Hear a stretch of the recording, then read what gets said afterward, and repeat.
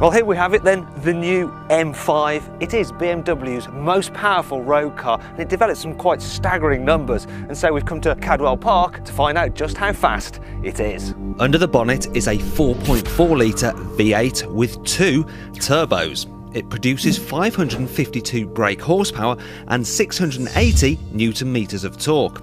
As a result, this 1870 kilogram four-door saloon can do 0 to 62 miles an hour in just 4.4 seconds. And had BMW not limited it to 155 miles an hour, it would be able to crack 200 miles an hour. Not bad that for something that costs £73,000. But if you want the BMW which offers the most bang for your buck, it isn't the M5, it's this, the S1000RR. It may only have 4 cylinders, 1 litre and no turbos, but it still makes 193 bhp.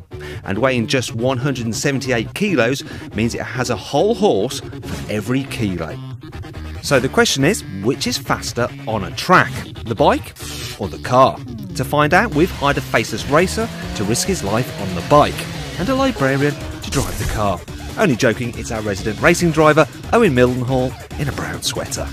Cadwell Park may well be the mecca of motorcycling, but as the track is slippery today, the bike is at a severe disadvantage. So we're going to give it a 10-second head start, and then see if a librarian in an M5 can catch it. Ready, steady, go! Bike's away and it gets a good start away from the line despite the fact the track is wet and is running on summer tyres. However, we'll have to be very careful here leading it over into coppice because there's hardly any grip. Now for the car. Owen's pulling away in second gear there, and despite that, look at that, he's spinning up those rear wheels. Very hard trying to contain all that 680 newton meters of torque.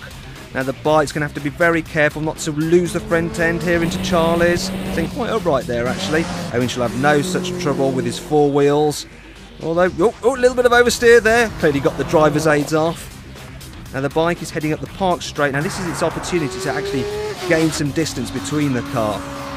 However, coming up the hill, he's going to have to brake early because Park Bend is still wet. Owen should be able to hit about 130 miles an hour in the M5 up there.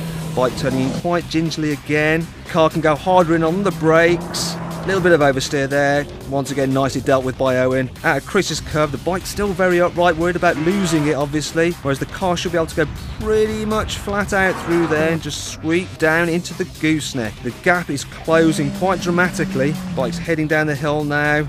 Closely followed by the car now. For the first time, Owen has got the bike in his sights as they're heading to Mansfield. Hopefully the bike doesn't lose it here, otherwise he's going to have an M5 on top of him.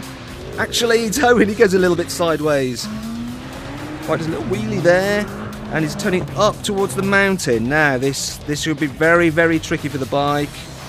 The M5's all over him. That's all you can see in his rear mirrors now. Over the hill. Bike does a little wheelie. They're heading into the Hall Bends now. It's going to be particularly tricky for the bike here because of the conditions. Owen able to brake much later, makes it quite a bit distant. Might even be able to take the bike here. Now they're heading into the hairpin. The bike remaining upright once again. It's very slippy, obviously. Yeah, so he goes slightly sideways, loses a bit of time here as they head down into the barn. With all the leaves on the track, that must be quite nerve-wracking for the rider. Whoa, going steady around there. Owen goes sideways again. The bike's able to nail the throttle now to make up some of that lost time. They cross the line. There's only about a second in it, so the M5 managed to make up about 9 seconds on the bike. Well, there we have it then. That was really close, wasn't it? The car performed extremely well. Had it been dry though, it probably wouldn't have caught the bike. And when you think about it, this is 60 grand less than that. And if I had the guts, that's probably where my money would go. But I don't, so I'd rather have 4 wheels.